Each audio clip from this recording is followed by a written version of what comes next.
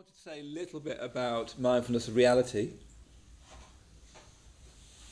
So this is actually another way of talking about mindfulness of dharmas, because another translation of the word dharma is truth, the real truth. Truth with a capital T, yeah? It can be translated as teachings, dharmas, and that can mean explicitly canonical Buddhist teachings, like mindfulness is a canonical Buddhist teaching. But it also wants to include all of those things, teachings, practices, advice, that is actually helping us grow. So in that moment that you're saying to yourself, I'm just tired, I need to go to bed, that is actually a dharma. It's a teaching you're giving yourself, isn't it? You don't frame it like that, but that's what you're doing. Actually, when you say to a child, okay, everyone quieten down now, it's bath time, actually it's a teaching you're giving them. And that teaching can get, as you practice, as you live, as you deepen your practice, those teachings get more and more profound. Yeah. So dharmas can also cover all of that. So we've already explored dharmas as teaching in the sense of what's in, a simple way of putting it is in what's in your own best interest and what's in your other people's best interests. Yeah. So, hatred is never in your own best interest, and it's never in anybody else's either. Even if you believe your hatred is justified, you always make matters worse for yourself and for others. It spoils your life, and it doesn't add to the discussion. There are things, yes, that one might even feel angry about and need to change, but hatred is always personal. It's always really to do with you. It's not really to do with the situation. When I was young, I grew up in a small town in Warwickshire, and in those days, the commonly approved hatred was towards the IRA. I remember people used to talk about the dreadful IRA, and say all what they thought about them, but none of them had any idea about the Irish situation, not the slightest grasp of it.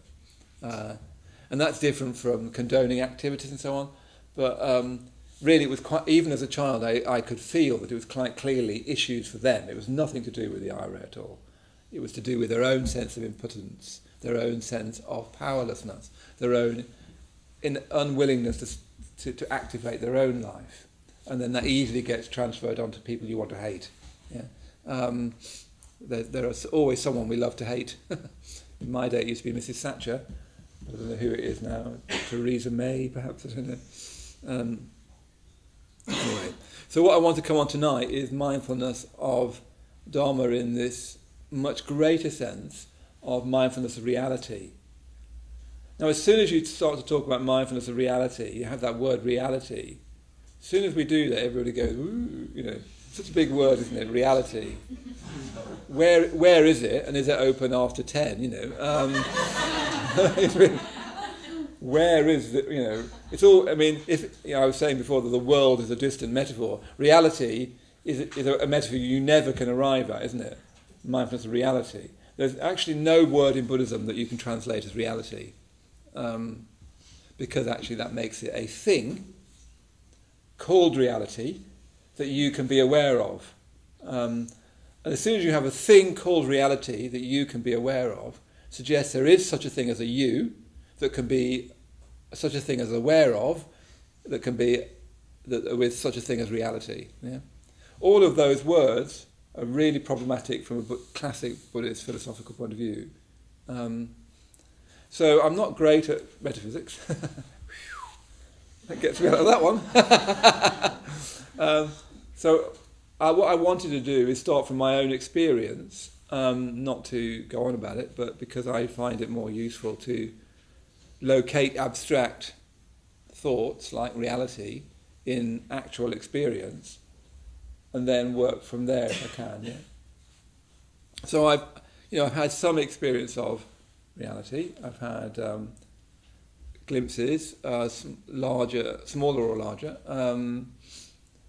Mostly, I think for most of us, it's mostly a question of becoming more attuned to reality gradually, without quite noticing it. Just as a child gradually grows up, an adult gradually grows up into a Buddha, if they choose to, if they make that effort. If we don't make an effort, we don't grow up. I think many of us never get beyond about 9 and 10, and that our old age is not a second childhood, it's really just sophistications of life being rubbed off to reveal the childhood that's always been there. It's actually, I think, quite difficult to genuinely become an adult.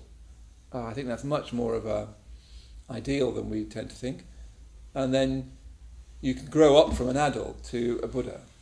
And probably for most of us, most of the time, that's an incremental change, a change of the water level, as I used earlier on. But that incremental change won't happen by itself. By itself, nothing very much happens. I'll just tend to run along with my habits of mind, my habits of behaviour, and they'll tend to get more and more embedded as you get older. Who was it? Somebody said, I can't remember his name, who wrote 1984, George Orwell. He said, everyone ends up with the face they deserve, which is quite brilliant, I think. You end up looking like the habit of your life. If your habit has been a greedy one, that's what you end up looking like. If your habit has been angry, belligerent, opinionated, that's what you end up looking like.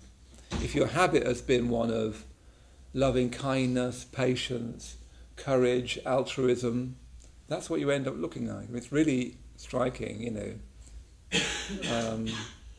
I remember a friend of mine going to see Bhante Sangharakshita, the founder of our movement. This friend of mine's got a very bad stammer. And he went to see Bhante, this is when he was very young. And he started talking to Bhante and he couldn't speak, he had a really bad stammer. And he said that Bhante gave him a look of condensed kindness, like a lifetime's kindness in one look. And he said he completely stopped stammering and didn't stammer again for the whole meeting. He just said, an incredible look of kindness. So if we don't try and develop our mind, we'll just live out our life on the grounds of habits, very deep habits. Some of them acquired in childhood, some of them acquired from the playground, as it were. Some of them were acquired from who knows where, or genetics, but perhaps, or from a Buddhist point of view, previous lives. We'll just live out the drama of our life without really changing, which is, I think, is probably the real tragedy of life.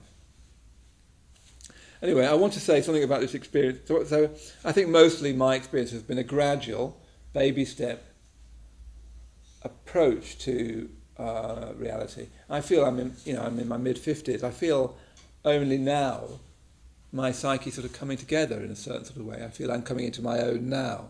I hope it'll carry on. I hope this isn't the very peak of the, it's all downhill from here. You never know, do you?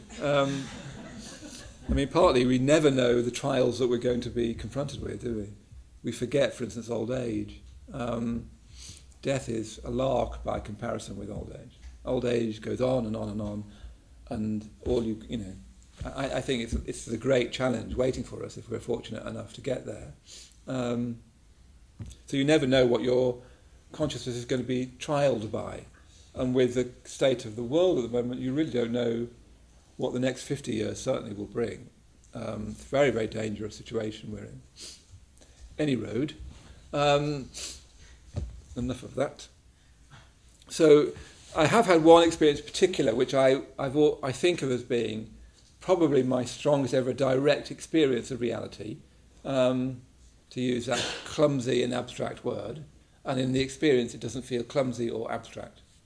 So it was when I was getting ordained. I got ordained 26 years ago, just before my 30th birthday. It was in the middle of a 4-month retreat that the ordination took place. I was wearing robes for those 4 months. I'd shaved my hair. I used to have black hair then. I don't know what happened to it. And I remember what I decided to do was write this ritual that I would say after my ordination. So I wrote this ritual, a little bit like the ritual that we're going to do this evening, full moon ritual. And what I just wanted to do in this ritual is sort of thank all the people who'd helped me in my life, apologise and confess to the people I'd hurt in my life, rejoice in the Buddha and so on. And I remember reading this ritual out.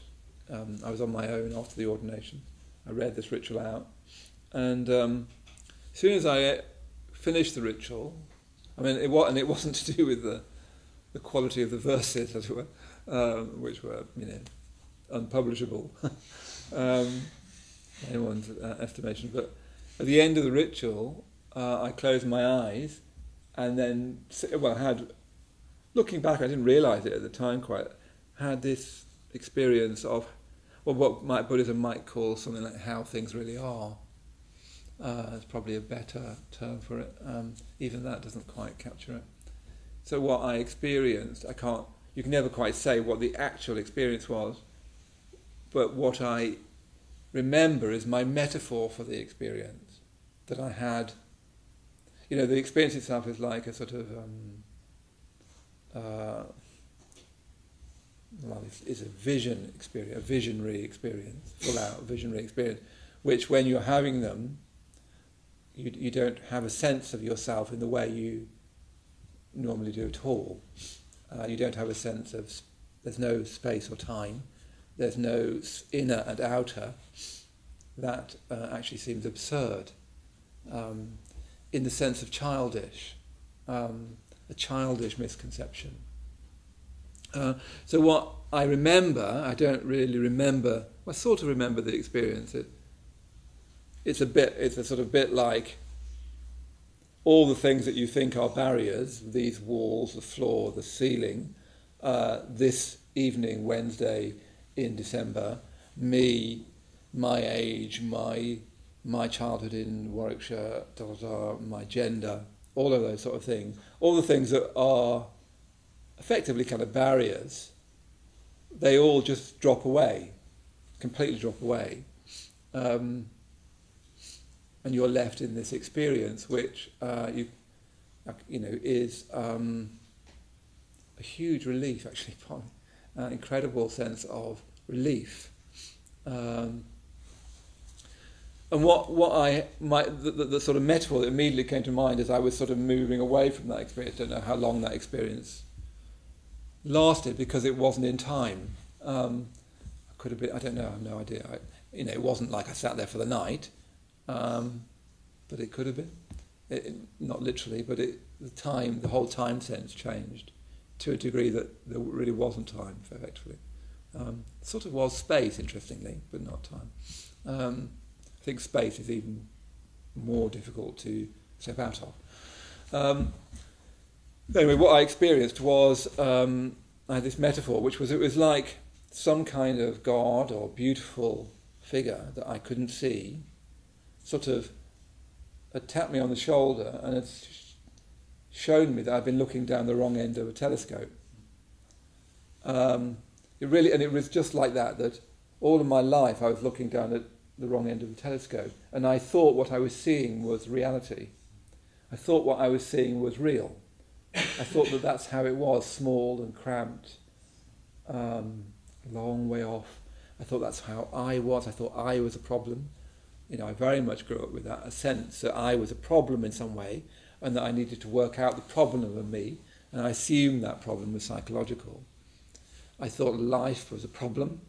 At one time I thought it was a political problem. I thought all sorts of problems. In this experience there was no possibility of a problem, including death, I think.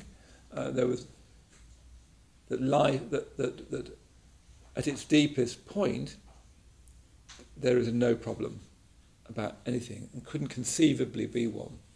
And it really was like, suddenly I saw things in the right end of the telescope.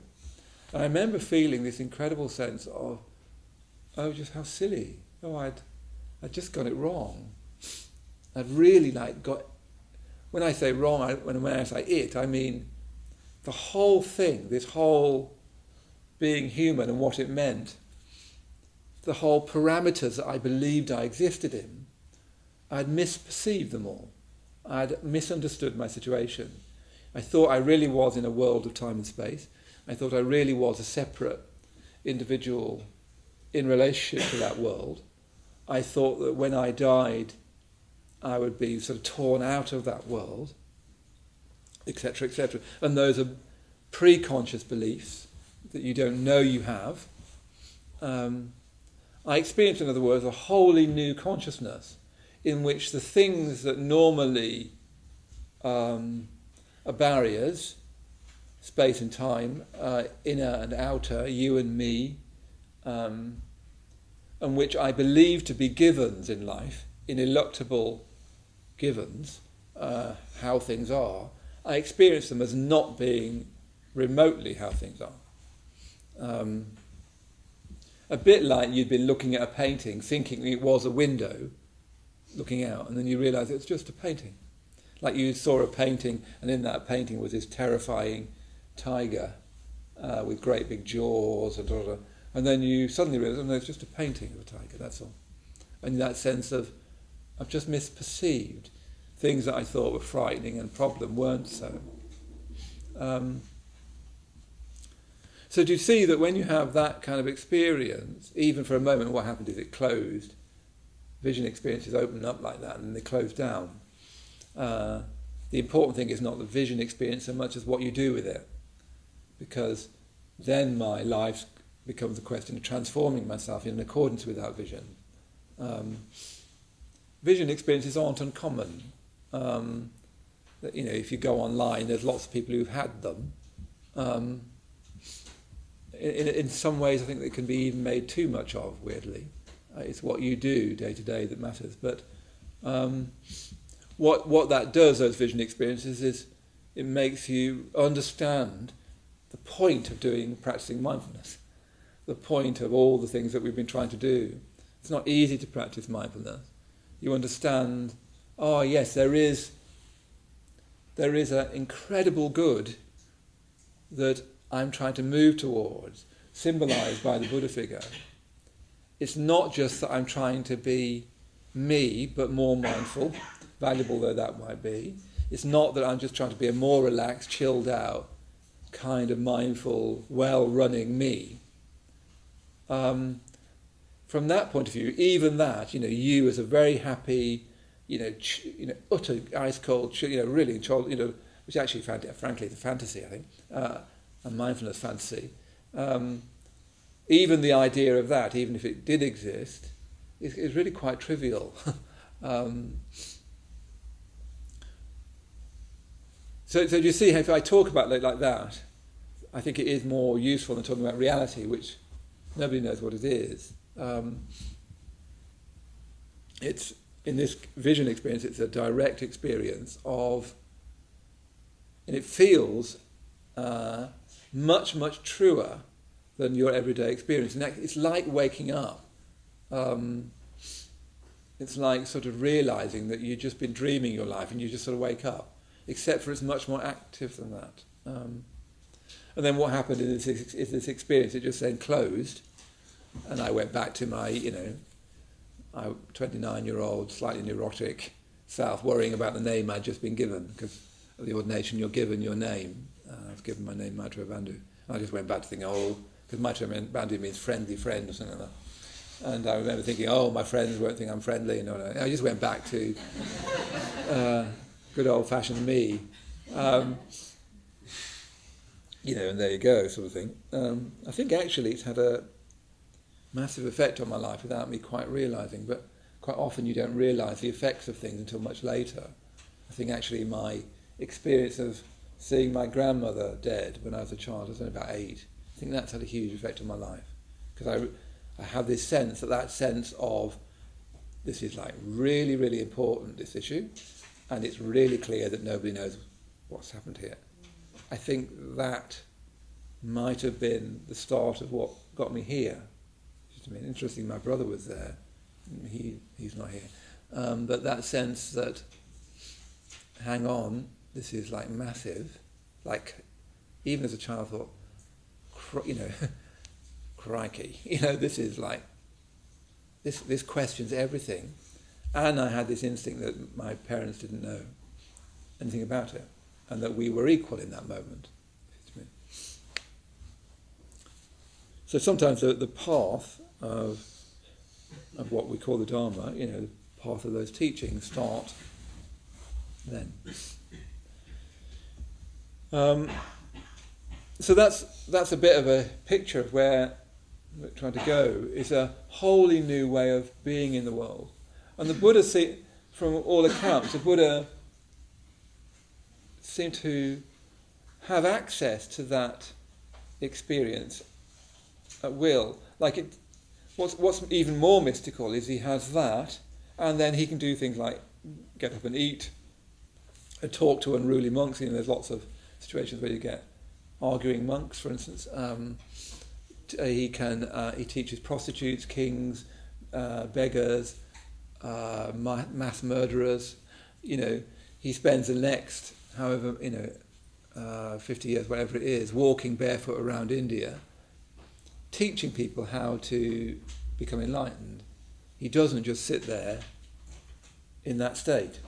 What he does is he becomes a force for good in the world. So what was I saying? Why was I saying that? I can't remember. Anyway, that's true, but I can't remember why I was saying it. Might come back to it.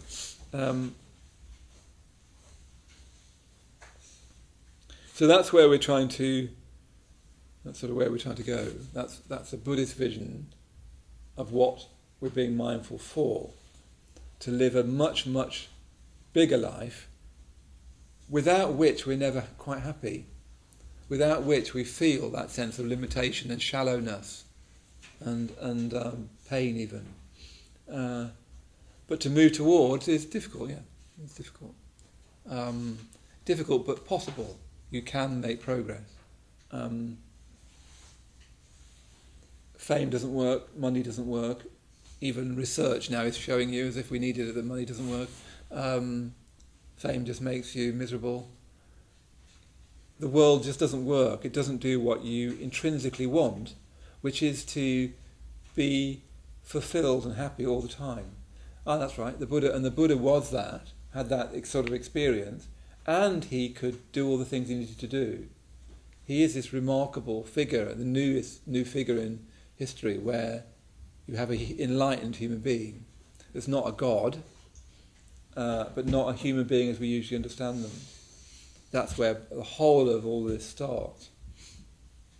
And he said there were three things, particularly, that if you reflected on, were like doorways into that experience. And these three things aren't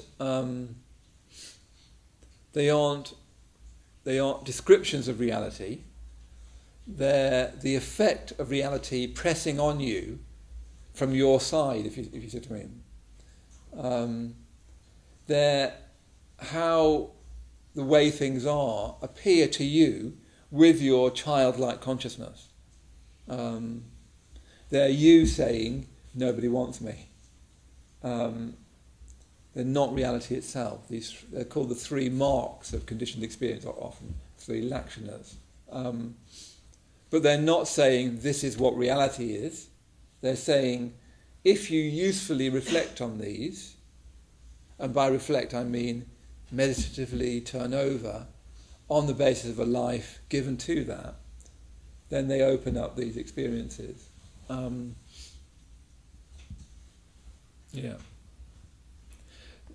Normally what we do is we particularly start to emphasise these when you're ordained, because really to make valuable progress with these three lakshanas, it only really makes sense if you're able and want to commit yourself to a Buddhist path. But I want to just sort of say what they are a little bit and give you one way of reflecting on them as we go into Christmas and the New Year. So the first lakshana, the first mark of reality, in other words, the first way how things really are, the explosion of that kind of rippling out and touching you, is that we experience everything as being changing. Usually the word that's used is impermanent, which is sort of all right, but not completely get it. Inconstancy might be another word, that we experience that everything is changing. Dante Sangaracci, the founder, he says that that's like the weak spot in reality. If you meditate on that deeply enough, if you focus on that rigorously enough, with enough positivity and love and health, spiritual and human health, then that is like the weak spot in reality, and you can undo this world and enter into a new world. Yeah? And that's what I want us to try and reflect on, is this factor of impermanence, because they're easy to talk about. All things change, it's very easy to write about, but it's much more difficult to get any sense of what that means. The second mark of reality, the second way in which the impact of reality seems to touch us, is that all things are experienced as being, the Buddhist word is dukkha, which is usually translated as unsatisfactory. A friend of mine once said he thought you could translate it as annoying, which I thought was quite good as well. That all of experience, from the most blissful experience you could ever imagine to the most painful one, has it within it a feeling of unsatisfactoriness, a feeling of not being quite it, not being quite what you want. There's more to it than that. Experience of incompleteness is another way of I sometimes think it, that you feel like something's missing, that something wrong about life, And of course you have to be careful here, because these are action as a reality, they're not psychological points. So the Buddhist tradition assumes that you're already working quite a lot at basic ordinary human health and happiness, which is really what mindfulness and the metta bhavana that we teach as well, what they're about. And that's why really it's not always very useful to focus on these until you're ordained, because the idea of working up to ordination is you're working on making sure that you're approaching these things in the healthiest possible way. Yeah? But you're trying to see that all experience in this second action, or this second mark, is unsatisfactory, and that if you meditatively reflect on that and feel that too can open up into this other world of experience, this new consciousness, if you see it enough. So on that, for instance, just to give you an example of that, on that same ordination retreat, I was sharing a small hut with a good friend of mine, and for the first 2 months of this retreat, up to my ordination, I was really in a good state. Actually, this experience I had probably, it made it much more turbulent for a while. And I found this friend of mine, bless him, I got really, really more and more irritated by him. We were sharing a hut, we'd been friends for ages. It's often your friends that you really get on your nerves. Don't know whether that's just me. Anyway, I got really, really irritated by him and really critical. When you get obsessively critical, here he comes, I bet he's going to say that thing. He's saying it, I knew he would, and then he's going to bang the door like, he's done it, You're sort of looking for that criticism to be confirmed. I can't believe it. I got into that kind of awful sort of state, and, vibing hatred in the English fashion. And I remember in a meditation, just really feeling this very, quite hatred towards this friend of mine. And a sense that, okay, I'm going to have to break this friendship, I'm going to have to move out, I'm going to have to break this friendship. And for some reason, I think because I've been on retreat so long, I just felt that how painful hatred is, experientially how painful it is. And because I was much more mindful, I could just feel the pain of that hatred, just completely raw, without anymore feeling it was hatred to him. It was just my hatred. It was more actually complicated than that. I won't go on about it too much, but it's my complicated relationship with this friend of mine. I got all mixed up in him. He'd become kind of, I wanted him to be really great because, I don't know, you know how you get mixed up with people like that. And I really felt it very, very directly, like as a Vedana, not as a chitta, to use that language of mindfulness. And it was like it sort of burnt through me. Instead of acting on it, instead of believing it, instead of coming up with more stories of criticism, I just felt this sort of poisonous mental state sort of burning through me, and I let myself die into it. And afterwards, I just again had this experience of reality. It wasn't as strong as this other experience I had, but I seemed to suddenly be made of, I don't know, glass or something. I suddenly seemed to have this sort of pure body, like a body made out of light. And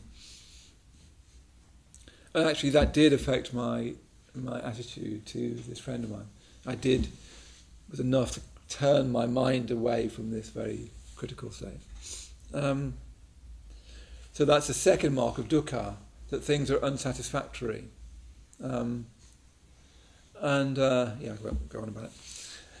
The third mark, and those two marks, in a way the furthest from reality is dukkha. The next nearer to reality really is impermanence. And the closest to reality is what's usually called insubstantiality, sometimes translated as anatta, not very good translation, which is often translated as no self, which isn't very accurate really. It means something more like no intrinsic being, nothing behind the me that I call me, and nothing behind the world we call world. And that is the closest you get to reality. It's not reality itself. Reality, they're all just doorways to reality. It's not that reality is dukkha. It's that because we don't live in accordance with reality, we experience dukkha. It's because we think that things are changing and we don't really act as if they are changing that we experience dukkha. It's because we think that we're substantial, that we really are a me in the way I think I am, in a world that we really believe is there, as matter. It's because of that we have dukkha. If you didn't have those things, there wouldn't be any dukkha. There can't be any dukkha. There can't be any unsatisfactoriness if you don't think if there's not a real world and there's not a real self. So I've said a lot more about it in the chapter, obviously, but those are the three marks of reality. So what the Buddha is trying to say is, I've got this wholly different consciousness. I can't describe that consciousness to you because you're like a child to an adult. I can try and tell you stuff, but you're going to experience it through the consciousness you've got, which in comparison to me is like a child's consciousness to an adult. So I can't explain it to you. What I suggest you do is you really attend to these marks of your awareness. So your awareness is characterized by three things. You think, you tend to assume that things don't change, whereas they do. Or you tend to think, and that can be they don't change, bad things don't change, but they do. Or good things won't change, but they will. So you tend to believe that things don't change, but that they do.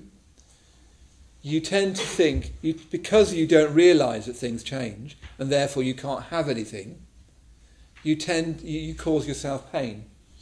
And you cause yourself that pain also because you really think there are things to have, and you really think there is someone who can have things.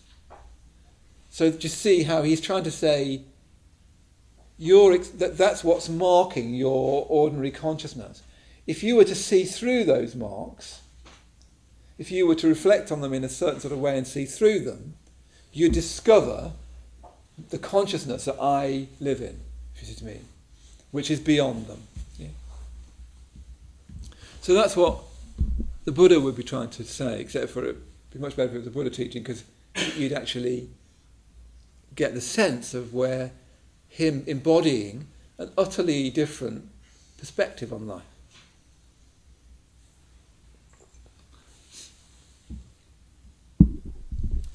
So when we talk about mindfulness of reality, really we're talking about mindfulness of change, of impermanence, of unsatisfactoriness or dukkha, and insubstantiality or anatta or shunyata is a later term for it. And as I say, those three things aren't how things are. They're the three areas in which you reflect on and live through, whereby you can gain access to how things are. So I want to sort of start to round us off by saying how you might start to reflect on impermanence.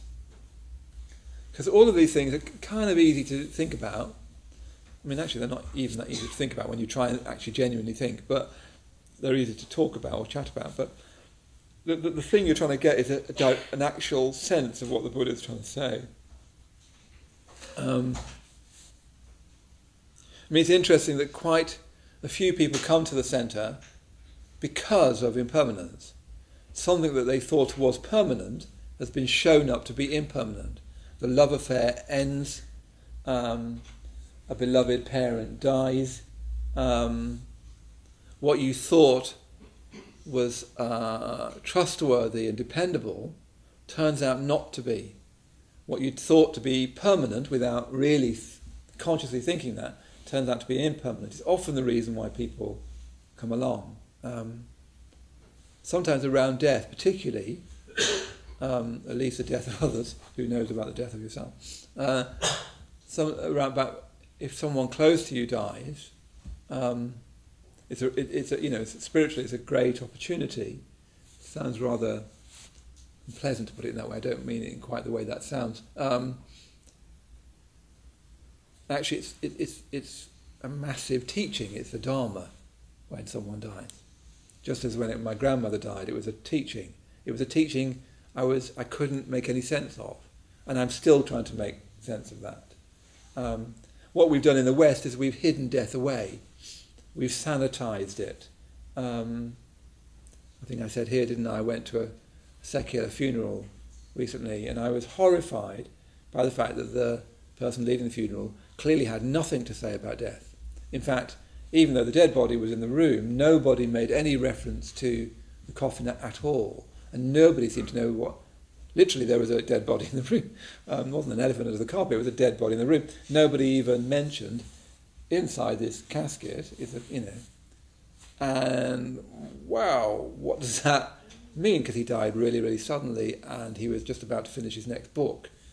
So what on earth are we doing, folks? We shouldn't be standing up there saying how well it was reviewed in The Guardian, that book, which is what some of them were doing, and sort of understandably. I was really struck that the people at this funeral didn't have anything to say about the most central fact of life, that you're going to lose it. That doesn't do our humanity justice. That is a massive hole in secular life. And so what we try to do is we just try and draw a curtain across that. In India, even now, it's not like that. Death is visible. We've tried to make it a challenging experience, challenging behaviour. They're exhibiting challenging behaviour, they've died. So if you can, with something like that, if you can give yourself time to let it burn through you, because it says pretty much, if you can be open-hearted enough, it pretty much says everything you need to know without saying anything, which is that the life that we base ourselves upon is insecure. The trouble is, if you don't have a vision of this, all you've got is the nightmare of death. Because of course we don't know what happens when you die. Nobody knows what happens when you die. People say they do, but they don't know. I don't know, and you don't know. What we have is a lack of evidence, and we always will. We have no idea what happens. What we think is what happens is our beliefs about it, including the belief that you die in the way that we assume. That is a belief, it's not a knowledge. It's just like a belief about God, or a belief about the fairies or whatever. You have a belief that when you die, that's at the end, nothing. That is your Western materialist belief. And it feels really like true, because everybody you know has got that belief. But if we were to be in a time tunnel and we were to go back 200 years, everybody you know would think you're either going to heaven or hell. And you would think that that is literally the case. If you read Dante's Divine Comedy, for Dante it's really, really, you're either in heaven or you're in hell, or if you're really lucky you get to go to purgatory and have, and get all your friends to pray for you, and then after a few thousand years you end up gradually going up and then going into heaven if you're lucky. And everybody who you knew would have assumed that to be completely the case. It's just that we are, in our sophistication, believe that we're right and they were wrong. But actually it's just a view, it's just a belief. It isn't a knowledge. It's a belief disguised as a fact. Just as God and purgatory and angels and the angelic hierarchy and thrones and principalities were a belief disguised as a fact. We actually do not know at all. What Buddhism is saying is there's a figure like this, and this figure seems to be, from a Buddhist point of view, beyond death. Although it can't be literal, because the man who became the Buddha did die, although for him it didn't seem to be of any significance. And I, in a tiny, tiny way, had a taste of that in that experience I had. That, yes, of course, death isn't significant.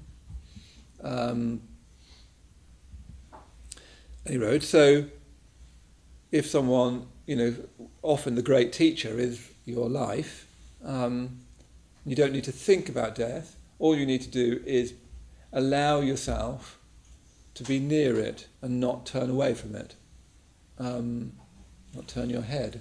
It's almost like we have this instinct to turn away. And that means staying with the direct experience and letting the lesson be learnt by yourself, which is different from learning the lesson, I think. But another way you can do it, that's by far the strongest way. The other way, of course, is to try to reflect on impermanence in your life.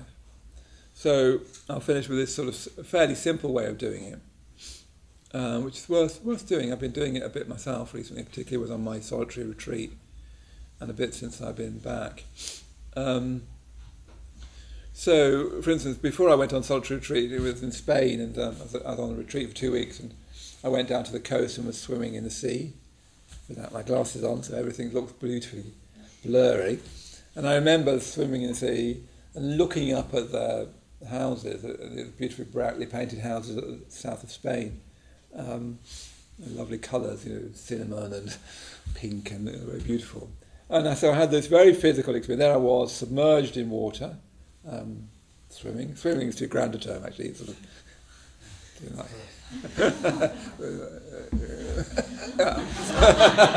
swimming is more like that, isn't it? Anyway, never mind. And I remember, so you're very physical, it's very, very real, and there I am looking at these houses. This feels as real as life can possibly be.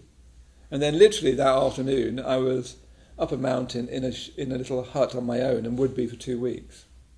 And there I remember sitting looking at the moon, no lights anywhere that I could see, just me with a cup of tea looking at the moon. If you can... And then what I try to do is bring to mind that experience of being in the sea. And that felt really real. I was in the sea, I was looking at the houses. Where is that now? And you try to bring it into, here I am now. Where is that now? That was like so real. And this feels so real now. but then I'll bring this to mind tomorrow, you know. Now, that sounds straightforward, but if you can enter into that, you can sometimes get a touch of, actually, this is like really weird.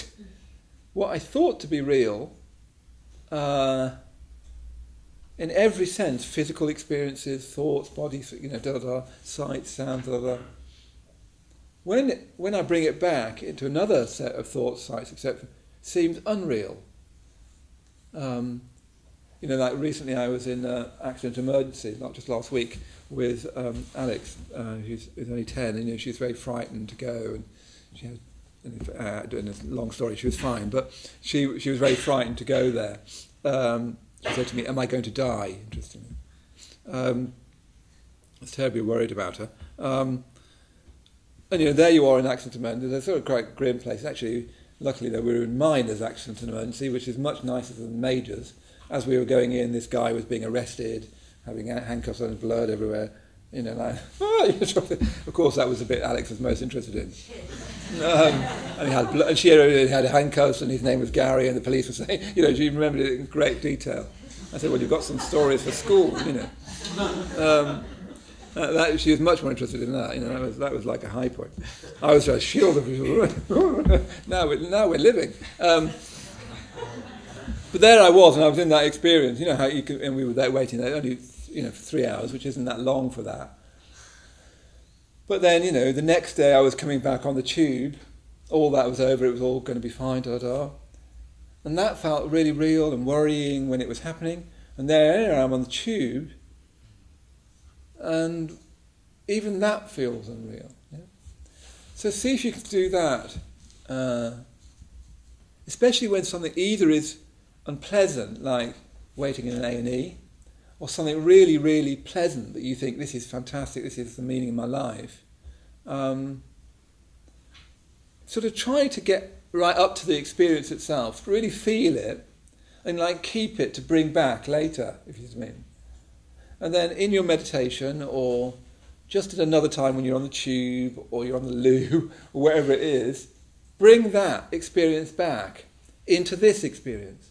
And what you've got is this experience that feels so real, absolutely and ineluctably real. This is my life, this is me, this is real stuff, this is real walls, real body and so on, real thoughts, real feelings. But when you bring that experience back, if you can do it in the right kind of way that's based in mindfulness, that's using mindfulness of the body, mindfulness of Vedana, all the things that I've been saying, if you can bring it back, you don't need to think about it, just bring it back. That was real. You thought that was real. Has this strange effect? If you can just, you might not sense it very strongly, but it goes much deeper when you do it on retreat, for instance. But just have a go at that. Yeah.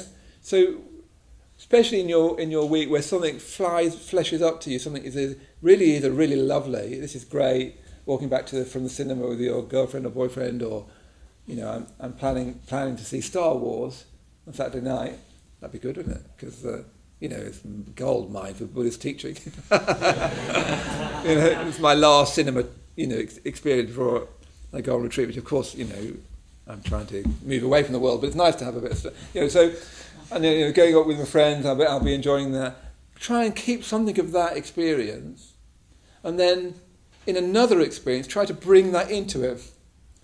That you thought was real in all of those ways. Try and experience it as real. Really enjoy it.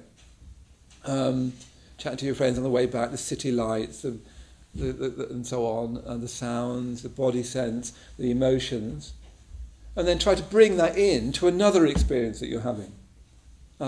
Sitting on a bus, feeling bored, having to get all your emails done in a meditation. Yeah, and then just see what that starts to open up.